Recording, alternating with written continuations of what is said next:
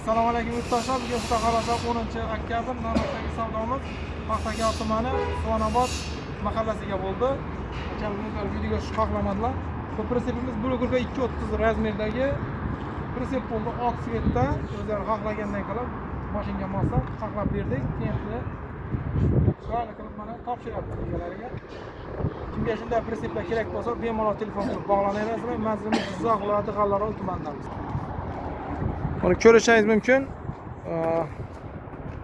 Chiroyli qilib pentli qilib, mana har doimgidek parko, zanjir, 1.6 zamok, tok montajlarini ham qilib, hujjatlarini ham